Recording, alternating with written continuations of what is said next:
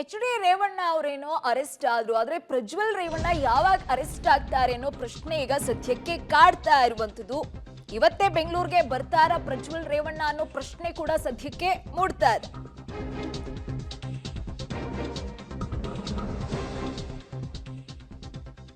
H D Revanna ಅವರು arrest ಆದ ಬೆನ್ನಲ್ಲೇ ಈಗ ಮಗ ಪ್ರಜ್ವಲ್ ರೇವಣ್ಣ ಅವರು ಕೂಡ ಅರೆಸ್ಟ್ ಆಗಬೇಕು ಅನ್ನೋ ಮಾತು ಒತ್ತಡ ಈಗ ರಾಜಕೀಯ ವಲಯದಲ್ಲಿ ಹೆಚ್ಚಾಗಿ ಕೇಳಿ ಬರ್ತಾ ಇದೆ. ಈಗ ಅಪ್ಪ ಏನೋ ಅರೆಸ್ಟ್ ಆದ್ರು, ಇದೇ ಹಿನ್ನೆಲೆಯಲ್ಲಿ ಈಗ ಪ್ರಜ್ವಲ್ ರೇವಣ್ಣ ಅವರು ಅರೆಸ್ಟ್ ಆಗ್ತಾರ ಅನ್ನೋ ಪ್ರಶ್ನೆ ಈಗ ಸಾರ್ವಜನಿಕರ ಪ್ರಶ್ನೆ ಕೂಡ ಆಗಿರುವಂತದ್ದು. ಇದೇ ಹಿನ್ನೆಲೆಯಲ್ಲಿ ಈಗ ಬೆಂಗಳೂರು, ಮಂಗಳೂರು ಹಾಗೂ ಏರ್ಪೋರ್ಟ್ಗಳಲ್ಲಿ ಹೈ ಅಲರ್ಟ್ ಅನ್ನ ಘೋಷಣೆ ಮಾಡಲಾಗಿದೆ. ಅಲ್ಲಿ SIT ಸಿಬ್ಬಂದಿಗಳು ಕೂಡ ಹೋಗಿ ಇವತ್ತೇನಾದ್ರೂ ಪ್ರಜ್ವಲ್ ರೇವಣ್ಣ ಅವರು ಬರ್ತಾರಾ ಅನ್ನೋ ಮಾಹಿತಿಯನ್ನ ಕಲೆ ಹಾಕ್ತಾ ಇರುವಂತದ್ದು.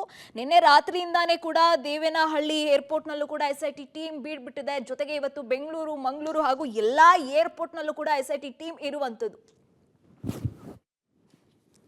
ಈ ಬಗ್ಗೆ ಡೀಟೇಲ್ಸ್ ಕೊಡ್ತಾ ಹೋಗ್ತಾರೆ ನಮ್ಮ ಪ್ರತಿನಿಧಿ ಮುದ್ದು ಕೃಷ್ಣ.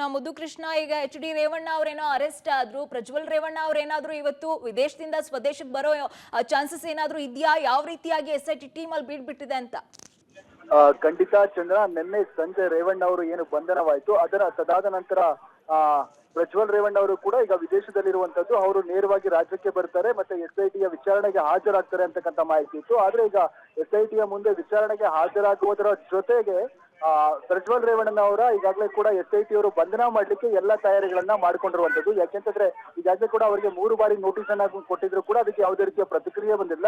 ಅವರ ವಕೀಲರಿಂದ ಕಾಲಾವಕಾಶವನ್ನಷ್ಟೇ ಕೇಳಿದ್ರು. ಆದ್ರೆ ಈಗ ವಿದೇಶದಲ್ಲಿರುವಂತಹ ಪ್ರಜ್ವಲ್ ರೇವಣ್ಣನವರು ಯಾವುದೇ ಕ್ಷಣದಲ್ಲೂ ಬೇಕಾದ್ರೂ ಕೂಡ ಈಗ ರಾಜ್ಯಕ್ಕೆ ಆಗಮಿಸಬಹುದು ಅನ್ನುವಂತಕ್ಕಂಥ ಮಾಹಿತಿ ಇರುವಂತದ್ದು. ಹಾಗಾಗಿ ನಿನ್ನೆ ತಡರಾತ್ರಿ 4 ಗಂಟೆಯ ದುಬೈನಿಂದ ಬೆಂಗಳೂರು ಏರ್ಪೋರ್ಟ್ಗೆ ಆಗಮಿಸ್ತಾರೆ ಅಂತಕ್ಕಂಥ ಮಾಹಿತಿ ಇತ್ತು. ಹಾಗಾಗಿ ನಿನ್ನೆ ರಾತ್ರಿಯಿಂದಲೂ ಕೂಡ ಕೆಂಪೇಗೌಡ ಇಂಟರ್ನ್ಯಾಷನಲ್ ಏರ್ಪೋರ್ಟ್ ನಲ್ಲಿ SIT ಅಧಿಕಾರಿಗಳು ಬೀಡು ಬಿಟ್ಟಿದ್ರು, ಆದ್ರೆ ರಾತ್ರಿ ಬರ್ಲಿಲ್ಲ. ಹಾಗಾಗಿ ಇವತ್ತು ಬೆಳಗ್ಗೆ 8:30ಗೆ ಏನು ಮತ್ತೊಂದು ಫ್ಲೈಟ್ ಇತ್ತು, ಅದ್ರಲ್ಲಿ ಬರ್ತಾರೆ ಅಂತಕ್ಕಂಥ ನಿರೀಕ್ಷೆ ಮಾಡಿತ್ತು, ಅದರಲ್ಲೂ ಬರ್ಲಿಲ್ಲ. ಮತ್ತೆ ಸಂಜೆ 3:30-4 ಗಂಟೆಗೆ ಇದ್ದಂತ ಫ್ಲೈಟ್ ನಲ್ಲೂ ಬಂದಿಲ್ಲ, ಮತ್ತೆ 7 ಗಂಟೆಗೆ ಇದ್ದಂತ ಫ್ಲೈಟ್ ನಲ್ಲೂ ಕೂಡ ಬಂದಿಲ್ಲ.